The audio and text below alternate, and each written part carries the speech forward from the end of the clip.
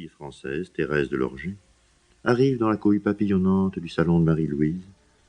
Elle est conduite par son frère, implacable légitimiste, fils d'émigrés qui reste émigré. Thérèse a de tout autres sentiments en secret. Non qu'elle aime l'Aiglon, qu'elle ne connaît pas encore. Non qu'elle conspire pour le retour de Napoléon. Thérèse est simplement une âme sensible, émue d'avance, et qui se prépare presque à verser des larmes sur la veuve déchue et l'orphelin exilé.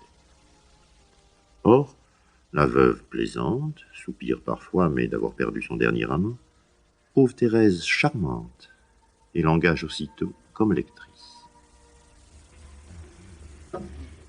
Prenez donc un des livres de Franz, sur la table de lac. Ouvrez et lisez-nous au hasard. Entremaque. Et quelle est cette peur dont leur cœur est frappé, Seigneur? Quelque Troyen vous est-il échappé? Leur haine pour Hector n'est pas encore éteinte. Ils redoutent son fils, digne objet de leur crainte. Un enfant malheureux qui ne sait pas encore que Pyrrhus est son maître et qu'il est fils d'Hector.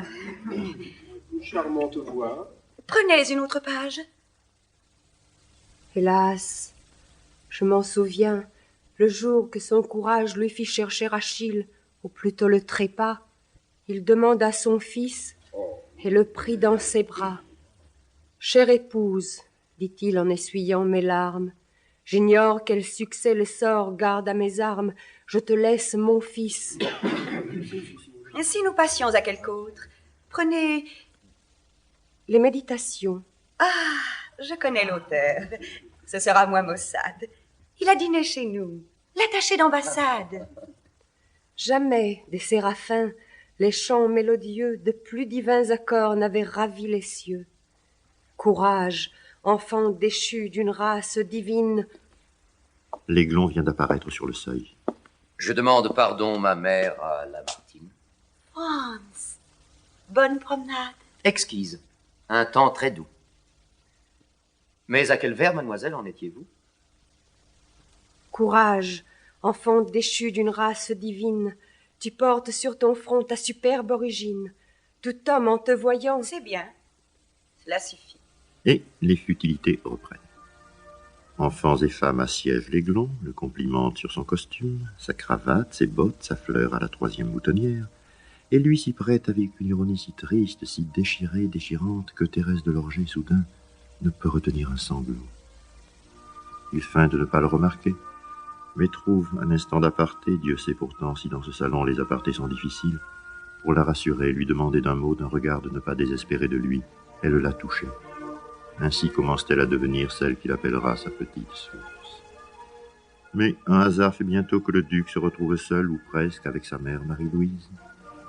Sera-ce une scène enfin grave entre la veuve et l'orphelin? Franz, je vais vous égayer. Vraiment? Chut, j'ai fait un complot. Vous? Un complot? Immense. Chut. On nous interdit tout ce qui vient de France, mais moi, j'ai fait venir en secret de Paris, de chez 2 grands faiseurs. Allons, coquet, souris. Chut. Pour vous, un tailleur. Pour nous, une essayeuse. Je crois que mon idée est vraiment... Merveilleuse. Entrez. Si monseigneur daigne jeter les yeux, j'ai là des nouveautés charmantes. Ces messieurs ont assez confiance en mon goût, je les guide.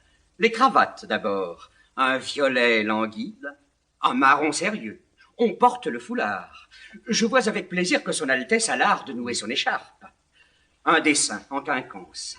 Oui, le nœud est parfait, il est noble, il engonce. Et comment monseigneur trouve-t-il ce gilet sur lequel des bouquets s'effeuillèrent? Très laid. Ceux-ci laisseront-ils son Altesse de marbre, poil de chèvre pourtant, tissu d'écorce d'arbre? Et ce frac, par nos soins artistement râpés, bleu sur un pantalon de fin coutil jaspé, c'est tout à fait coquet, léger, garde française.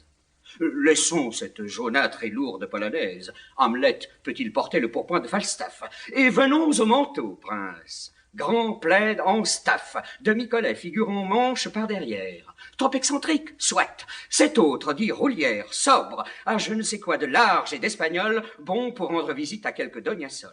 Travail soigné, chaînette en argent, col en martre.